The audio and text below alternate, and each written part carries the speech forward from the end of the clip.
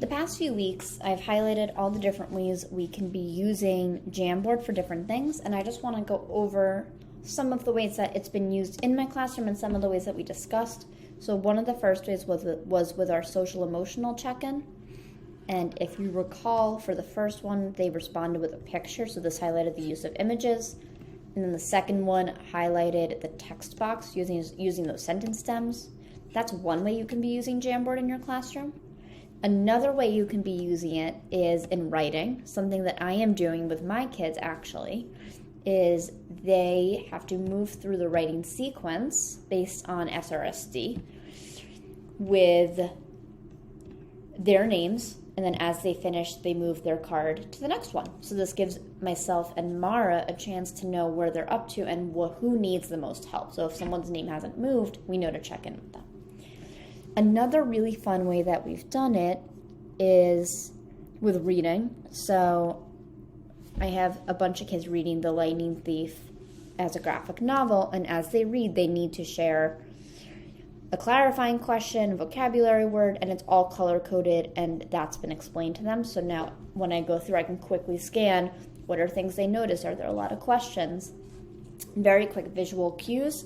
And the last one that is another really kind of creative way to think about it is with phonics practice. So for example, let's say you have some kids working on suffixes and prefixes.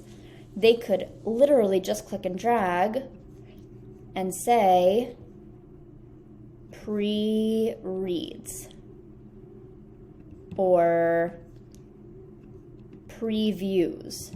So really working on that word part meaning, and it's really easy to make.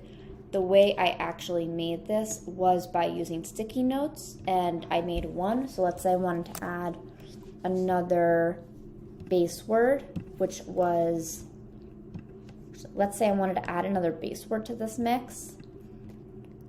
I could duplicate and then just edit that new one that I added. So speak. And I would add that to the list. And let's say you wanted to do it for a bunch of kids, a reminder that you can always use those same 3 dots, duplicate it, and then what I would probably do is put a name on the top so they know that that's their board only. So these are just a whole bunch of different ways to use Jamboard in a lot of different ways. We've used them for note-taking.